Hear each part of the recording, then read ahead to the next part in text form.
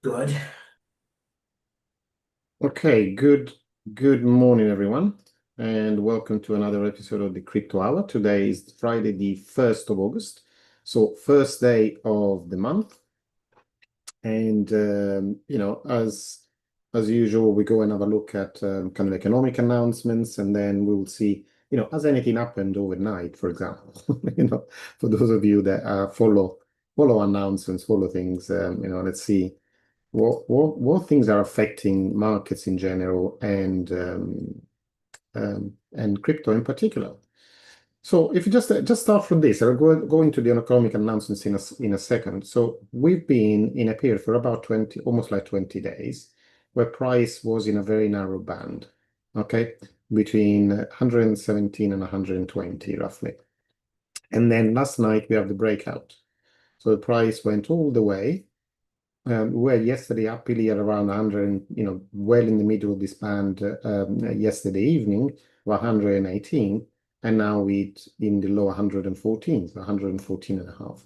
So what caused this, and what could be looking forward in the next few days and in the future? Okay, first of all, if you want the short answer, kind of like what happened last night is like Trump happened. So again, every now and again when he comes out with his announcements, and is again about tariffs. It's not so much, they've been talking about tariffs for a long time. Okay, it's not so much the tariffs. It's kind of like this all of a sudden, kind of they come out with new things without announcing them first, and the markets react. Okay, so we've seen what so this just came out really yesterday evening in Europe, or kind of during the afternoon in the US. But it's not just obviously you see this in Bitcoin, which is obviously crypto reacts is very volatile, so reacts a lot more than other asset classes. But if we go and have a look at what happened in the in the stock markets, um, so let's have a look at the where are we?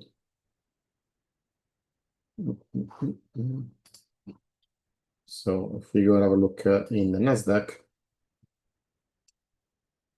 so we'll see the same thing in the Nasdaq. You can see a sharp drop from almost 24,000, and then now we are 23,000. So we almost like 1,000 points, 1,000 point drop, which is fairly large.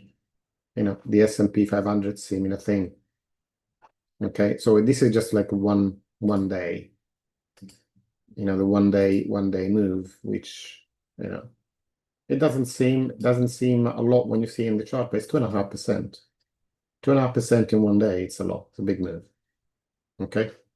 For Bitcoin, what's the Bitcoin move over the past day or so?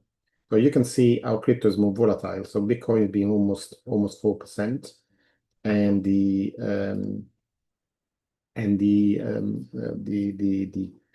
stock markets instead are a lot less than that. Okay. So we're talking about 2.5 to 3%.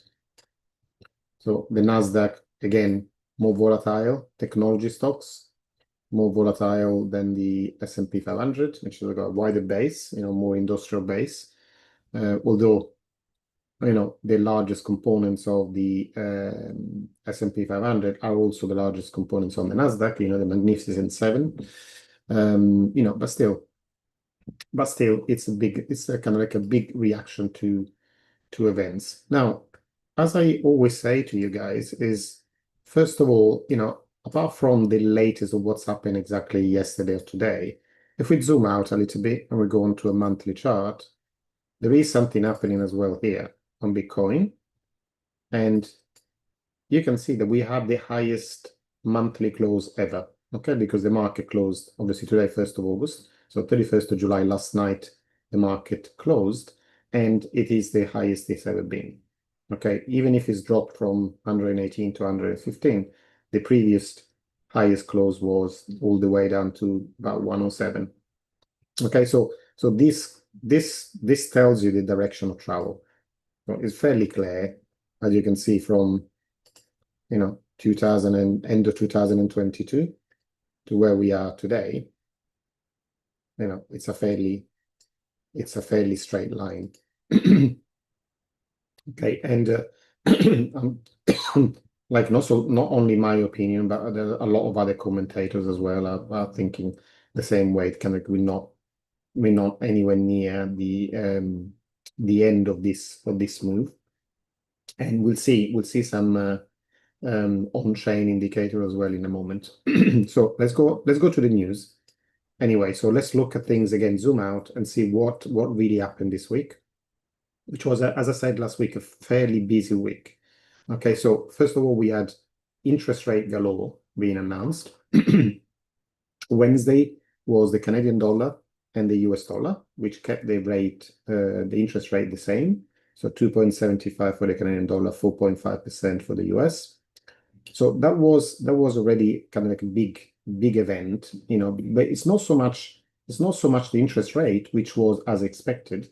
So that shouldn't have moved the market very much. But what really markets pay more attention to is the press conference. Because during the press conference, then the Jerome Powell, the head of the Fed, whatever, tells what he's looking at, what he's thinking for the future. And he's saying the same thing that I'm telling you. Kind of they're worried about the effect of the tariffs.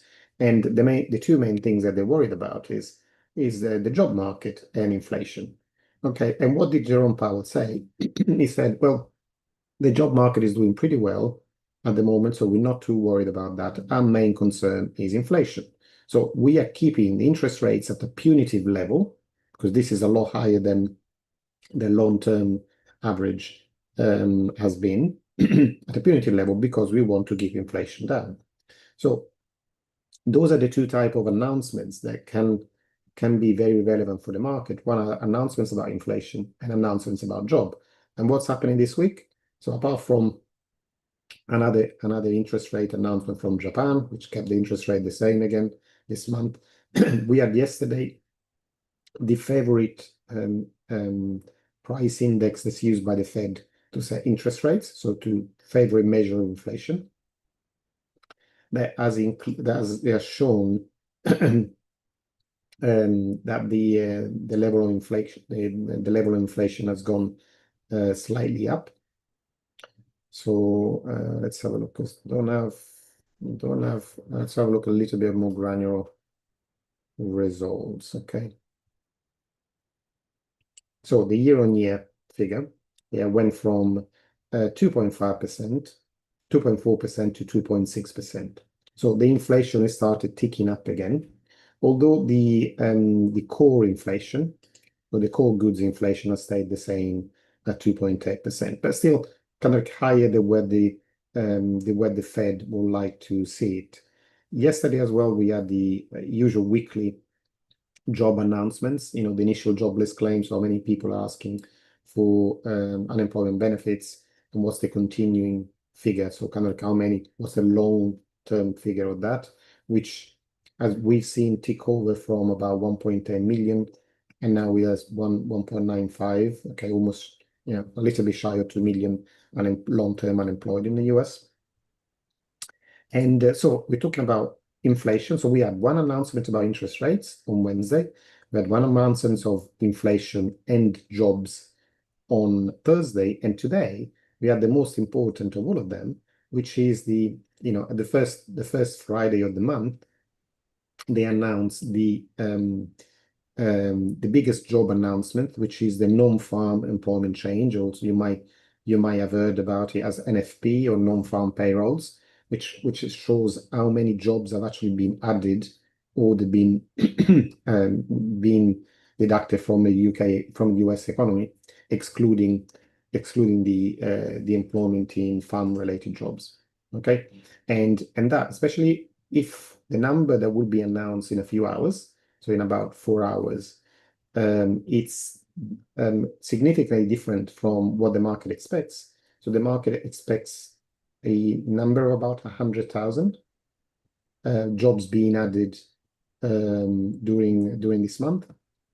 If the number is a lot higher or a lot lower, then it could be an immediate adjustment of the market, either up or down.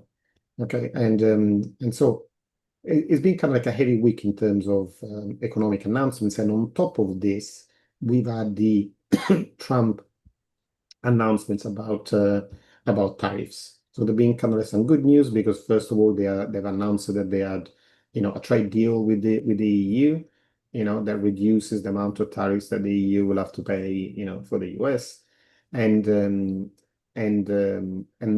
they actually did the bombshell. They're thinking, well, we're gonna have tariffs for this, tariffs for that, and tariffs now if you're trying to circumvent the tariffs. So if the China, for example, instead of exporting directly to the US, they export to a country that's got lower tariffs than they have, and they then export to the US, they're going to try and punish that as well. So, but although they launch these bombshells without saying, okay, what are the rules? How do you define this? There's no definition. It's all like very vague. And this is what the market doesn't like. The market wants certainty. And whenever you introduce uncertainty in the markets, it causes problems. The other thing that also we need to keep in mind is that the effects of the tariffs will be felt on the economy, the American consumer, because there's no other way, that companies can absorb 15, 20% out of the bottom line simply to sell to the US. So there's very few products that have got such high margins. So the end result will be that the goods that are subject to tariffs will be a lot more expensive. And for certain things, you might have an American alternative, like I don't know, your cars, for example. You don't buy a European car or a Japanese car, you buy an American car. Fine, you got an alternative. But there are certain things that there are no alternative for, because there are certain industries that don't exist anymore in the US. Like for example, steel production or something like this. There are certain things that are where cost is so important that it's being completely outsourced from a lot of industrialized countries and is completely produced abroad. So for those kind of like main ingredients to the production process, and you have to pay 15, 20, 30% more to buy the prime material that you need to build your products, that will make a huge difference, and it will be felt at the on the bottom line on the consumers. And if you combine it to the fact that the mortgage rates are a lot higher than they've been over the past 20 years, and disposable income is already quite low, it doesn't bode well for kind of bottom line of the companies that are in the stock market over the medium term, because people have got less money to spend, less money to buy products, and so on. It's like a snowball effect. Okay, now let's go on to, we're talking about the kind of like on-chain as well metrics that we're seeing. So there's a couple of things that I normally look at. One, I already showed you last week, this the Bitcoin realized price. If you remember this number, so this is the Bitcoin and some other proof of work coins. You can check every bit of Bitcoin that was ever created, and you can trace back the last time that it moved from one wallet to another wallet. And if you add the price for all these, for the last movement of every single coin, you get to this number, this average number, which you say this week is 51.3, so 51,300, okay, which is the average that the last time any Bitcoin has been moved at. And if you remember last week, this was 50,900. So this is a number that goes up constantly at the moment because the price is over 110 and the average is at 51. So each transaction that is done at the moment is done at above 110,000. And so it will increase this number. And you can see this number roughly, obviously not completely, because if you go back to 2022-23, there was time where the price of Bitcoin was below what the average realized price was. So even everybody was pretty much holding Bitcoin at a loss. But pretty much you can have it as a rough indication where the bottom or the bear market may end up being. So what's the lowest probably that will reach, At the moment that stands at 51,300. And it's interesting to see that this number now is above the highest price that we had at the launch of the ETFs, which was about just short of 50,000. Okay. So it's something that I keep an eye on, because you're thinking, well, if things turn for the worse, where would price stop if we go to a bear market? That feeling when you are the first in your family. If you can mute your microphone, please. Okay, so last time it was about 15,000, where we bottomed out from 70,000, went all the way down to 15,000. If we were to drop and bear market now, we'd probably stop somewhere around 50. So this may be important if you have to make any long-term decisions. So if you want to hold Bitcoin, for example, for the next 10 years, what would happen if price went back to 50,000? Would you, would it change things for you? Because it's okay if you have the coins and think, well, you know what, I don't care, I just hold it long term. But if you are using borrowed money to do that, then it changes completely the idea, because you might be leveraged, and so you might not have enough money to keep that position. Okay, so it's important to have an idea. And the other thing I look at is the NUPO chart. Again, you might have heard, which is net unrealized profit and loss. Which is the one that when you hear, Bitcoin is at a stage of euphoria or greed or capitulations, they normally refer to this chart. So you see there's 5 different colors. The blue color, which is the capitulation phase, and the value is below 0. So the value is, between +1 and -1. Okay. So if the value is, because it's a percentage chart. So when the value is below 0, that's this particular capitulation phase, and then there are different phases at each quarter, from 0 to 0.25, from 0.25, 0.5, 0.5 to 0.75. And it's not even shown in the chart, but what they call the euphoria phase, the greed phase, where normally market tops are found, are above 0.75%. Now, we were at kind of like quite high levels in March of last year, and again sorry, I'm looking at, and then in November 2024. But at the moment we are sitting around 55, okay, which is fairly low, almost like at the inflection point before kind of phase 3 and phase 4. But we're nowhere near phase 5, where we should be worried and thinking, okay, maybe it's a good time to get out of the market and put the money somewhere safe for the next 12 months or so, before buying some more Bitcoin later. So it was still very in a very good period. And also what we hear on the news all the time is that companies are accumulating Bitcoin for the treasuries, and I'll show you a few things in a minute. And also you can go and check on the ETFs. So this is me on CoinGlass. So if you go into market and then Bitcoin ETFs, you can see what happens in the ETF market. And if we go on to, so there's a couple of things that we can see. So this is the total market in ETFs, and it shows you which are the big players. So there's 3 main players, which is the IBIT, there is BlackRock, then it's Fidelity Bitcoin, and then there's the Grayscale one. When the ETFs were launched, the Grayscale was the largest one. We had about 625,000 Bitcoin, and now they got only about 180. And BlackRock is taking dominant position.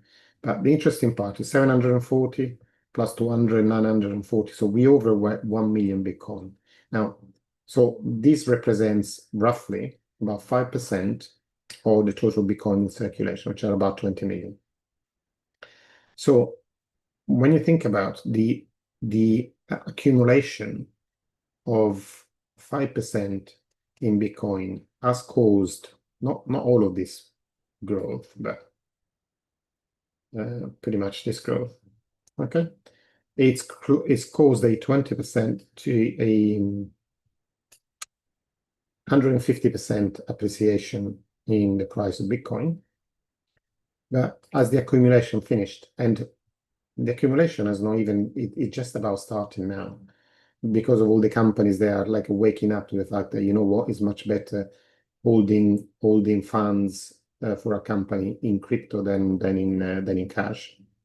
So it just started, and the thing is that the number of Bitcoin being limited, that means that each successive Bitcoin that gets bought is progressively more expensive. So there's kind of like an exponential effect to prolonged accumulation of Bitcoin by institutions, which is causing kind of like a supply shock, you know, because I say the number of Bitcoin doesn't grow. I mean, it grows a little bit because of the miners that the mine Bitcoin, but the numbers is, you know, every 4 years become smaller and smaller and smaller. So the supply is always the same, and the demand is growing at an incredible pace. Okay, so the effect of it is to put pressure on price, and this is what we've seen in the past couple of years since the launch of the ETFs. The pullbacks in Bitcoin haven't been as sharp as in previous markets, previous bull markets. Okay, and so if you see, we can see here graphically as well over the past from mid-April, we started kind of like accumulating Bitcoins hard in the ETFs. So you can see there's mostly green. You know, there are a few red days, but they're very, very few and far between. And if we put it here in US dollars, so there was an outflow yesterday after 1, 2, 3, 4, 5 days. 5 days of consecutive inflows. You can see that we have come now, the total accumulated in Bitcoin ETFs has been like 55 billion. Okay, so 55 billion for a market cap. Do you know what the total market cap in Bitcoin is? Can everybody tell me?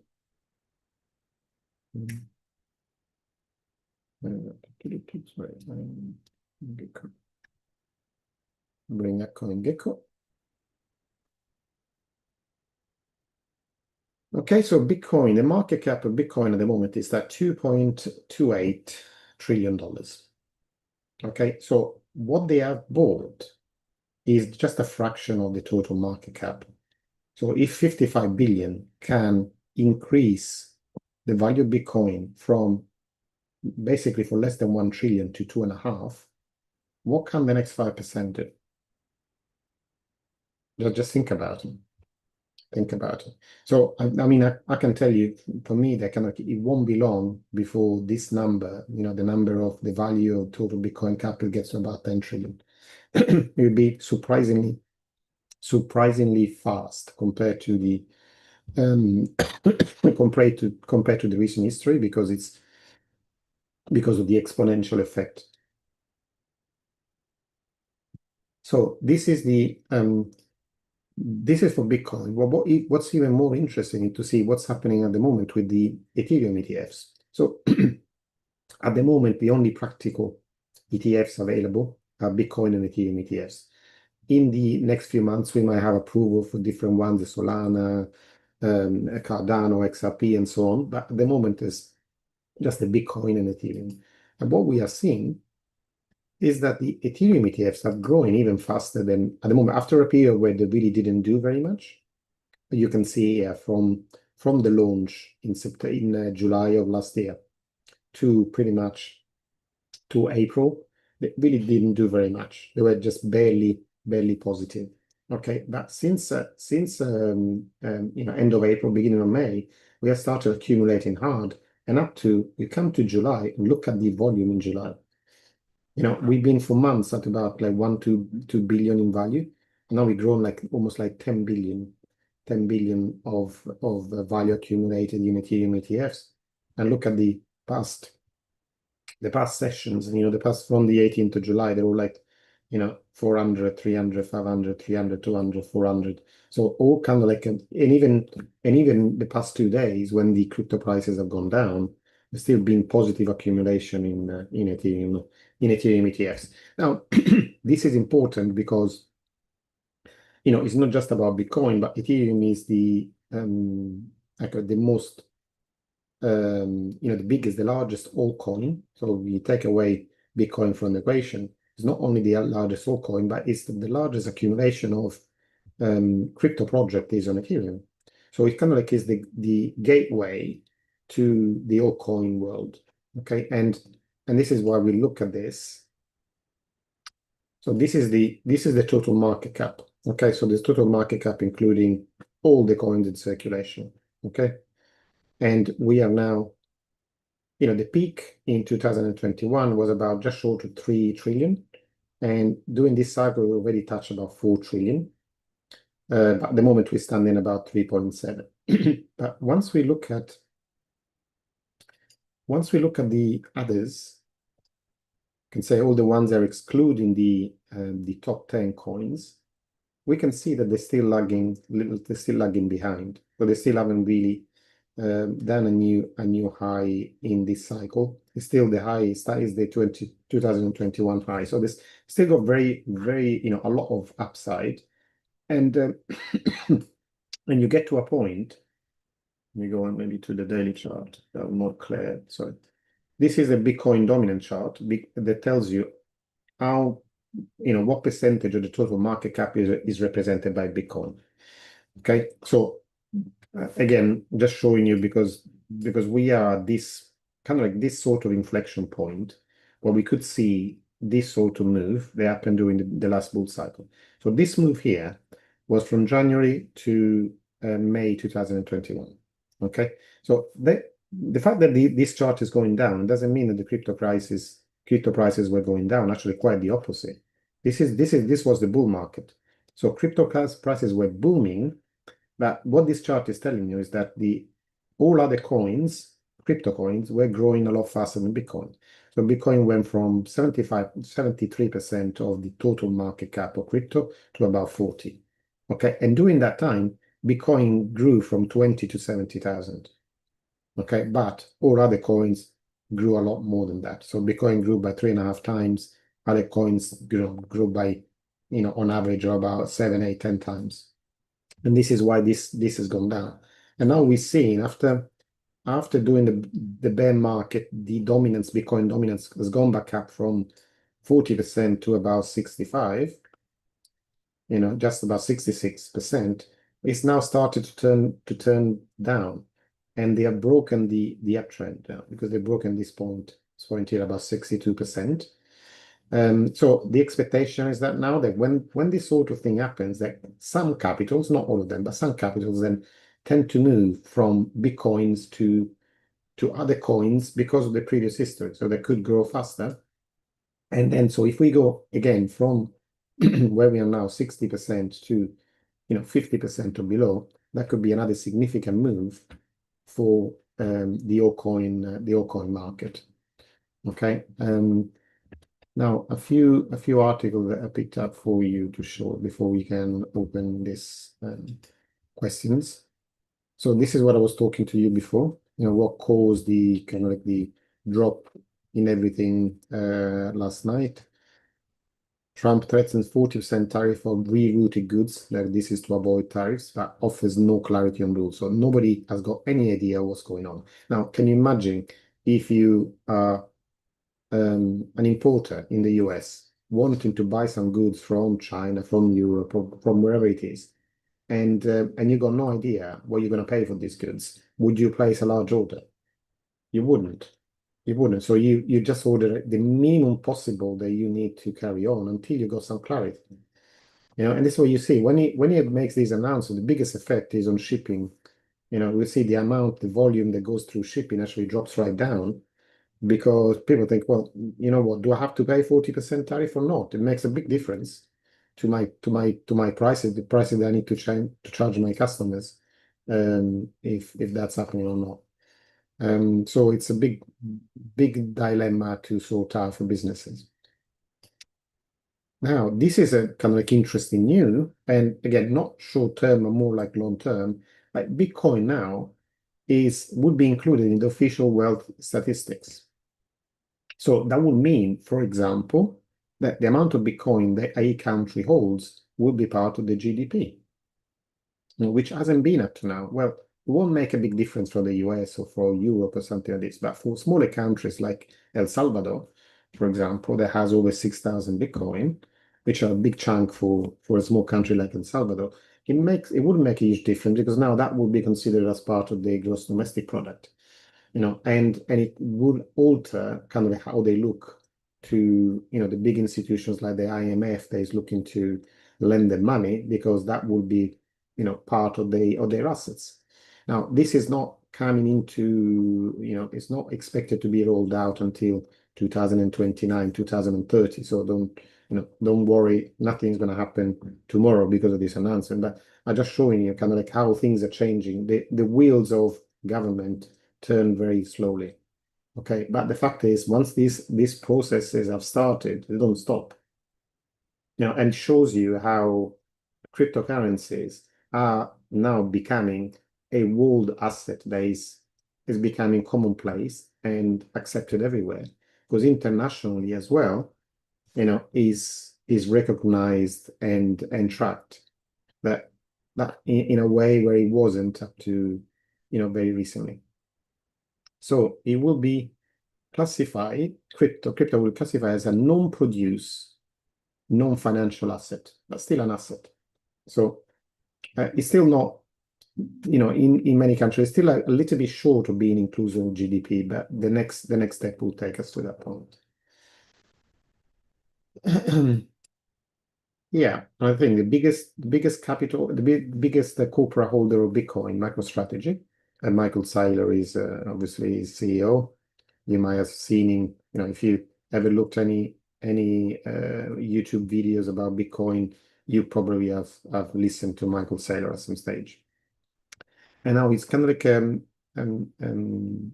the markets that the capital structure of his company, that I remind you, borrows a lot of money to buy Bitcoin and accumulate Bitcoin and holds kind of like about half a million Bitcoin in its balance sheet. They say they are covered. They could withstand an 80% Bitcoin crash without causing them any trouble.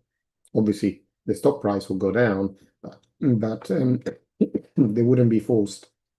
They wouldn't be forced to liquidate their Bitcoin. Again, that is interesting to hear because if a big holder like them was forced to sell their Bitcoin, that could start, a price crash really. Not like the ones that we've seen overnight, but really the significant ones like the 30-40% in a few days. And this is the other important article. This is just the company statement. So a company, they announce the reports and the earnings announcements. So 16 of them, just the 16 of them, they reported this week, had earmarked $7.8 billion to buy crypto. Just multiply that by a few hundreds to cover the whole the whole number of companies there are in quoted on the New York Stock Exchange, and you can start getting an idea of how much money is about to find its way through crypto. Now, obviously, the biggest chunk of it will be directed towards Bitcoin, but a fairly big chunk will go to Ethereum, and then this will trickle down as well to other projects. Whether they're Solana, whether they're Cardano, whether they're Tron, whether they're BNB. But the more money gets invested in others, kind of like I would say projects outside of the big two, the more the whole market gets excited. We'll see because it takes a lot to create a big price move in Bitcoin or Ethereum because they got like a big mass to move. It takes a lot less to create a big price move in a smaller coin. There's only maybe 10 or 15 billion in market cap, and so an extra few hundred million being invested in that coin can make a huge difference to the price. Okay, I think it's pretty much most of the things I wanted to share with you I have shared. So let me stop sharing and see let's get into some some questions. So it doesn't have to be about what I just talked about. It can be about your personal circumstances if you want, even if you please keep it quite vague. Or about anything else. Beginners questions are welcome, advanced questions are welcome, anything is welcome. Okay, let me see if there's anything in the chat box. No, the chat box is empty. Come on, guys. Come on, guys. Give me some questions.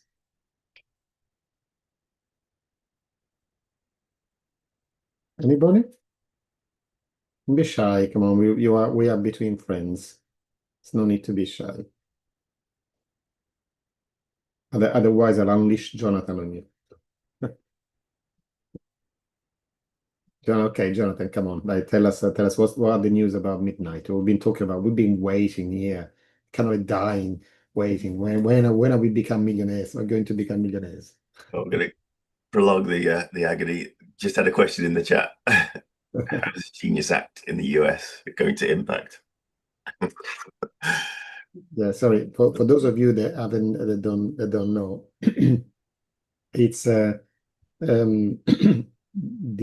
we've been talking about a upcoming launch of the Midnight chain, which has already gone through the test phase. Jonathan is one of those that actually tested it and is running a Midnight node already.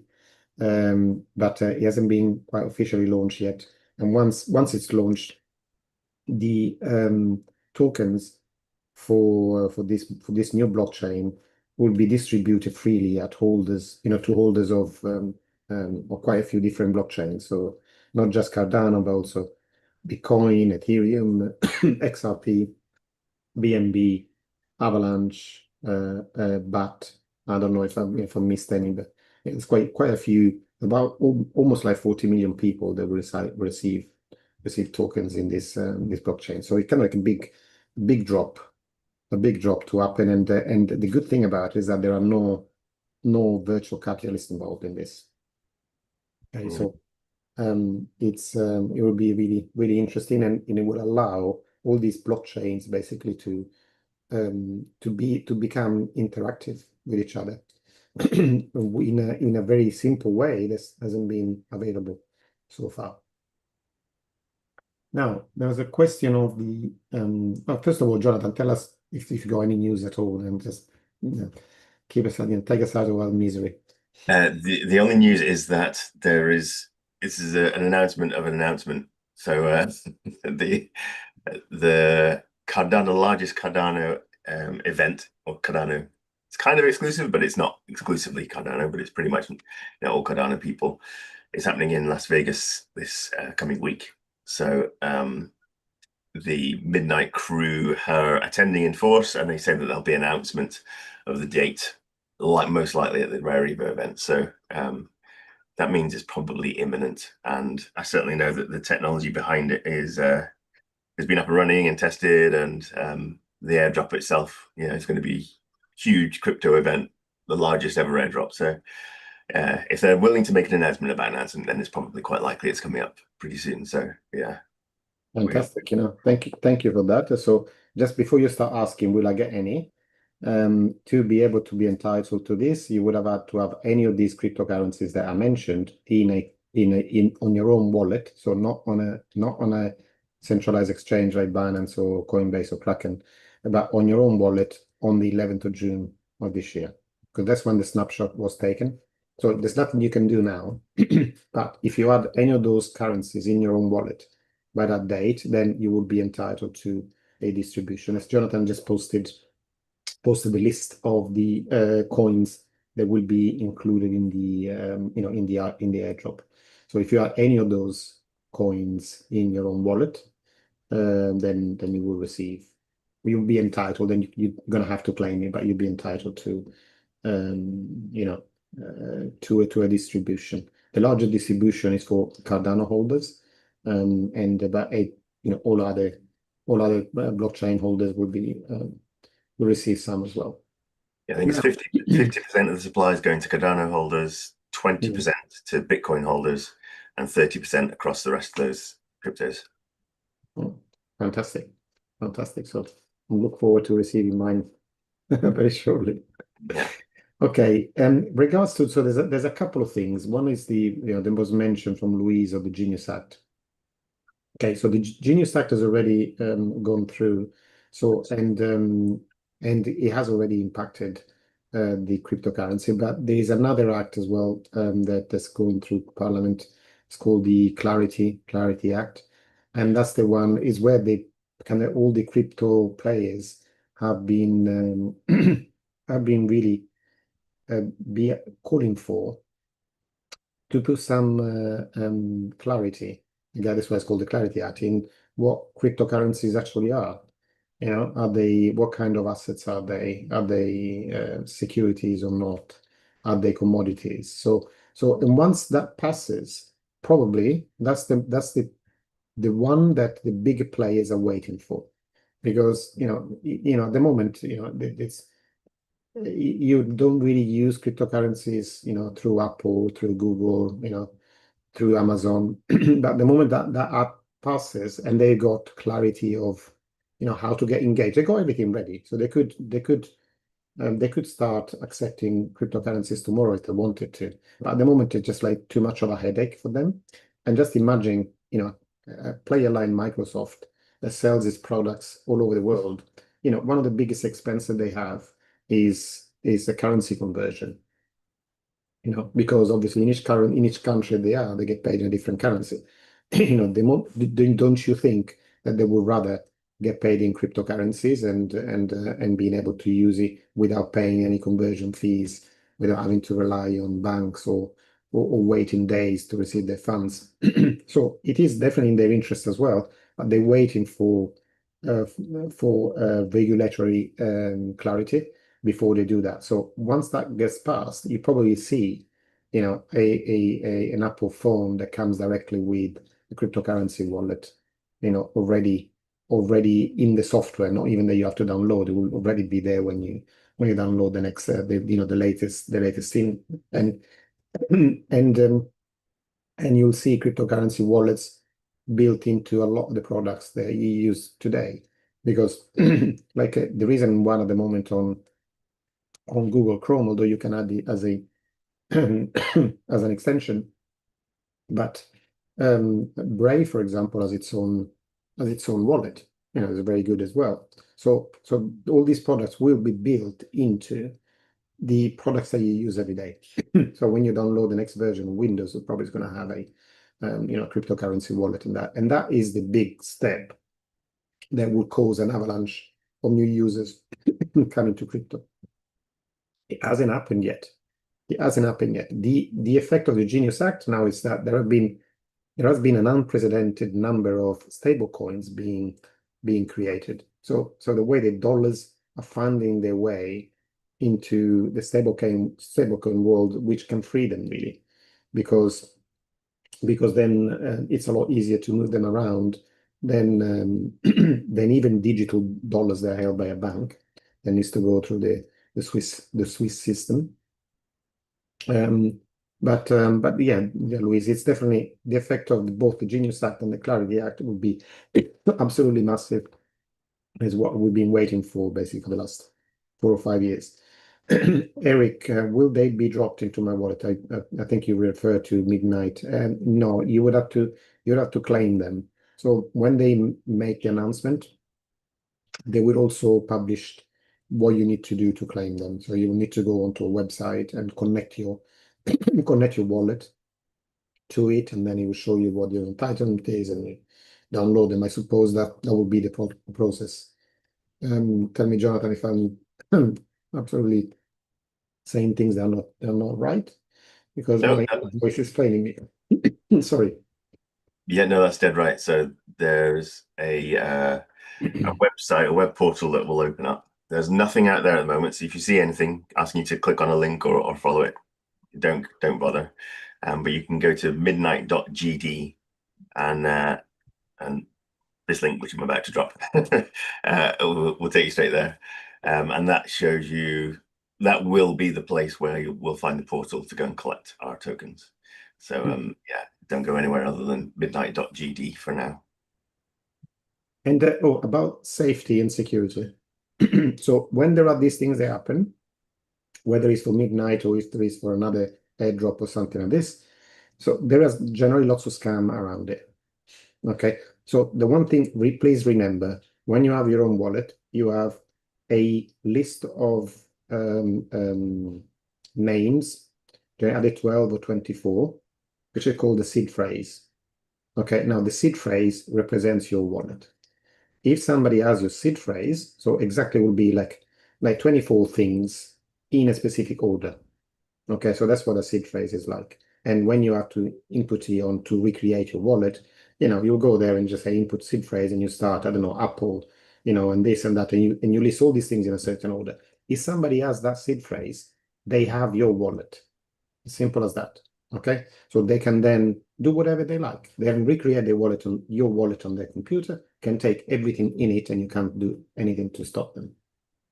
Okay, so when you go and do these things, if the page that you land asks you to input your seed phrase, don't do it.